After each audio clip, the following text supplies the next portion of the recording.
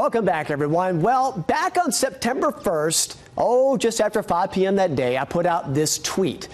And it shows, as many of you have already asked, I still think the upcoming winter locally could be chilly and wet with some ice and snow chances.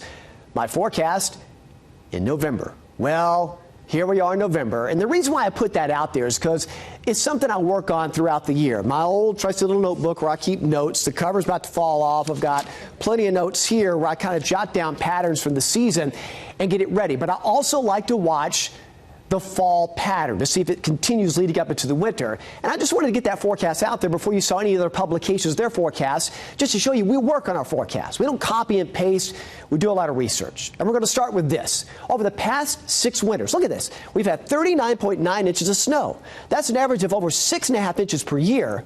And that's way above our normal average of 3.9. In fact, 4 of the past 6 winters have been above average.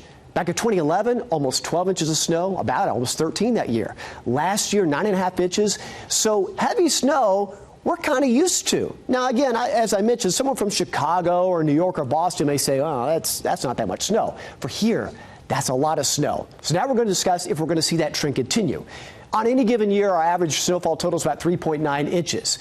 The most in one year, 1917 to 18. 22 inches. The most in one day, come on, y'all remember this, 18.5 inches when?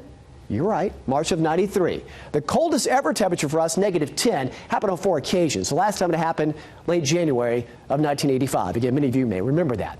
Now, the driving force for this year's winter is the El Nino.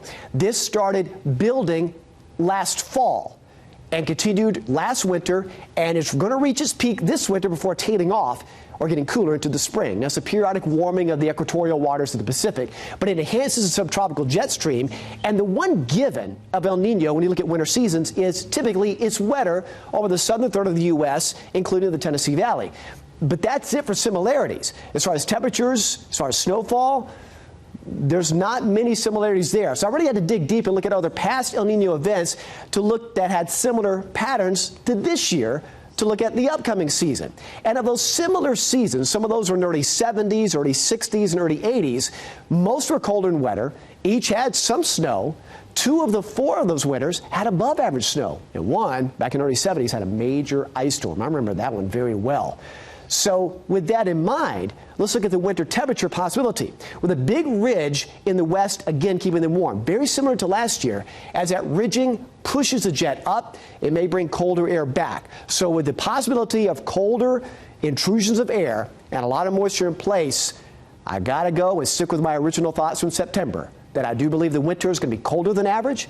I think the snowfall is going to be above average yet again, meaning like last year. But also like last year for the northern part of our viewing area, we had a big ice storm.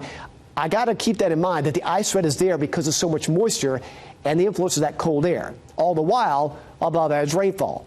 So colder, rainier, snowier, it's all there. And as we do every single year in the spring, we'll check back on this forecast to see how it all panned out. But folks, no matter what happens this winter, you can depend on the StormTrack 9 team to keep you updated.